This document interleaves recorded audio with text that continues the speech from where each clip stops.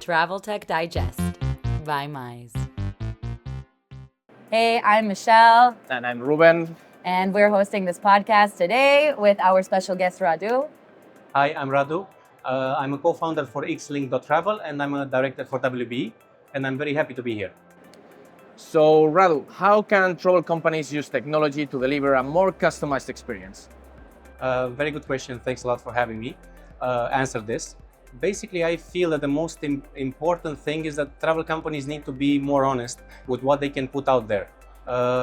In my experience, I have seen a lot of companies go all out in trying to launch all the products. This means a B2C with hotels, tours, transfers, flights, insurance, excursions, everything. This almost never pans out, and this is why usually companies believe that working with someone like Booking.com or working like Booking.com or trying to be someone like Expedia is what's going to make it work for them. In my own experience, I feel that launching a niche travel website and having your tech company launch something that is what we call niche travel, a niche B2C, this is the only way forward. You cannot compete with these behemoths, companies that have grown a lot. So the only chance for you to actually compete is by launching something for a particular niche. It can be elderly travel, it can be gay travel, it can be traveling with children, anything related to actually working for a niche and then serving that niche perfectly. This is one of the points, and we have seen it in our own business. We have seen it work tremendously. Our largest clients are these types of niche B2C websites. People that didn't decide to go full out in launching, let's say, a 10-service website, but launching one that matters. Do you think when clients are looking for a travel experience, they are already coming from like a specific niche versus going on something like Booking.com? You think that's why they're so successful, these niches? These niches were, the way I seen it, at least with the clients that are doing extraordinarily well, some of them are listed on the London Stock Exchange, they had a need. Obviously, for a lot of people, the OTAs are going to work out. They appear always, they are ubiquitous. All of us know them. But if you're trying to look for something specific, you're a group of friends going for a specific type of party, or you're a certain family, these types of global websites will not have all the filters. Very simple, will not have all the filters that you care about. You are going to see 20 filters that don't apply to you and 2 that apply to you. On a niche website, you go to a specific website and that website has content, maybe 10 hotels which fit your particular niche, and all the filters fit you. For example, elderly travel. You might not see it obviously because you're very young, but as a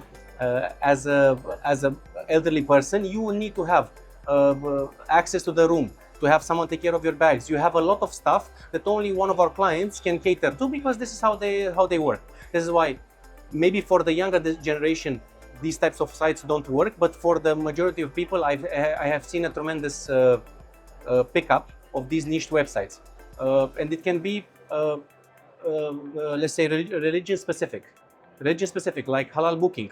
Specific in Arabic, that hotels that only work with a specific type of nationality. And if you see the numbers that these guys are printing, it's absolutely incredible. So all the niche websites are going up and at them, while the OTAs are also growing.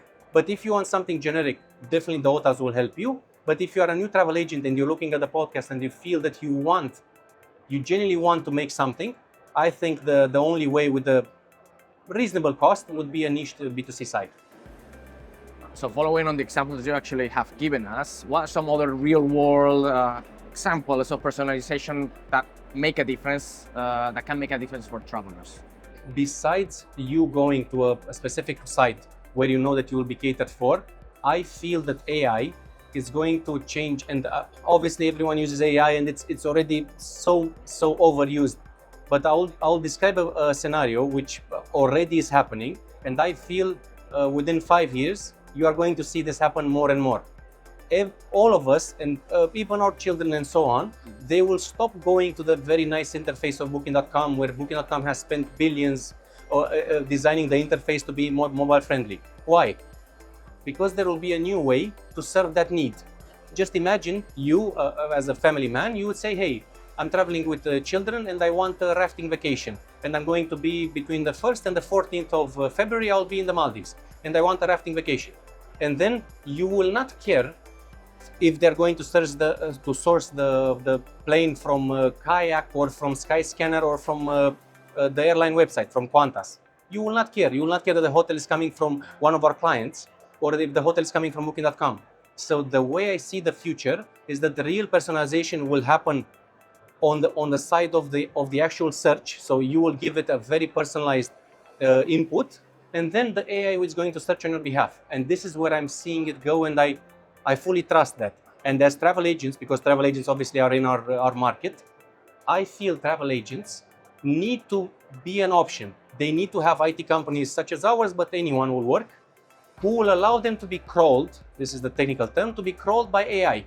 So if the AI robot is looking into Ruben's website, it's enough, because it's going to look in your website, and if you have 10 tours around Barcelona, it's going to be fantastic, because you're going to be crawled and you will be fighting with the tours that Booking.com is offering. So the personalization doesn't happen on the receiving end, but happens on the input end.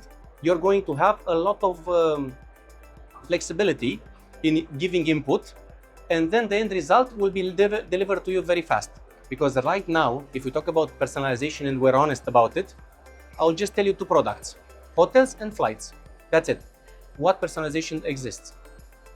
You have the same hotel, the same room, everything. Everyone has the same check-in experience. Everything is identical. The problem is the actual journey, and the journey will be personalized, not the actual end product. You will still go on a EasyJet flight or on a Air Arabia flight, and you're still going to be in a hotel, in a 4-star or 3-star, whatever. But the actual journey, that will be personalized. You will give it minimum input, and you will get something tailored for you, or tailored for you, or tailored for me, or for our kids. This is where I feel personalization is going to go. And we as a tech vendor, our goal is to get our clients to be one of the to be the actual websites that the AI, ChatGPT or any other, searches into. Because the actual result will be delivered by the AI. It doesn't matter you have a multilingual interface, because the AI will already be multilingual. You just need to have the best product and the best description. This is what I see it going. So do you think that, in continuance to that, do you think that the travel companies and the OTAs need to put more focus on making sure that everything that they have will be, a few years down the line, inputted in this AI, or another company that will be doing the personalization? Or should they focus on them doing the personalization, if you know what I mean? If you're a website in the next 5 years, not in the next 25 and not in the next year, but in the next 5 years, anyone who is not connected with an AI chatbot is going to start having an issue, because it's like having your product on Amazon. You can sell on your website, you can do a brand spanking job of selling on your own website, and you can have the best marketing locally, but at some point you cannot reinvent the wheel. The OTAs are going to do marketing with a lot of money and very aggressively all around the place, so they will not stop doing that. And most of our clientele, most of the people that are available in a travel show, they cannot compete with that. So they need someone else to do marketing on their behalf.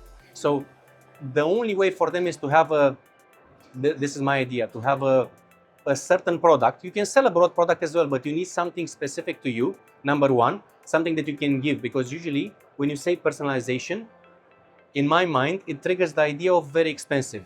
If you want to have the best possible experience, it usually comes with a very high cost. Personalization could be some guy who is a worker somewhere who wants to have, within 3 seconds, wants to have a package of a hotel plus flight from, from New Delhi to London.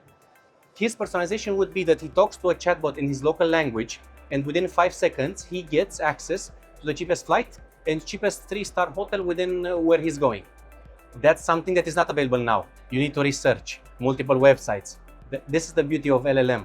The LLM is going to search on your behalf very fast, will pull the fastest rate, and your job as a travel professional should be to be connected to as many LLMs as possible. This is why I feel travel tech we are all going to go in that direction. Some of us sooner, some of us later. But I feel the real personalization would be how fast the person can receive results. Because right now, it's a bit of a challenge. It's an actual challenge to be able to source the best everything.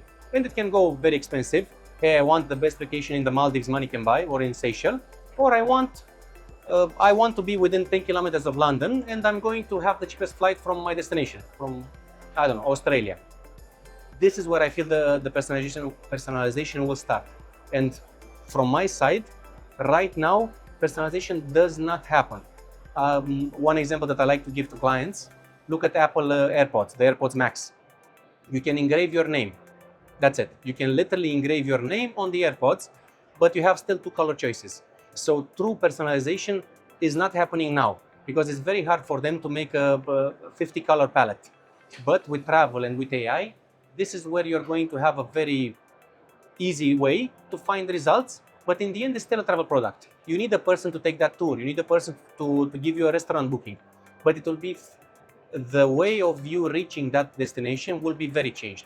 And I'm seeing it, and we are investing money towards that future. I mean, we're not just saying that, we're investing money towards that. Yeah, I think that in tourism, the difference between the AirPod Max kind of example is that those 50 colors exist, but it's just very difficult to get them now unless you are paying a big premium. And with AI, you just will get that green color instead of white or black or whatever. And everyone, it's a super nice analogy, everyone will actually be able to have this personalization without them doing the extra work. So the real personalization would be, hey, my AI has my context.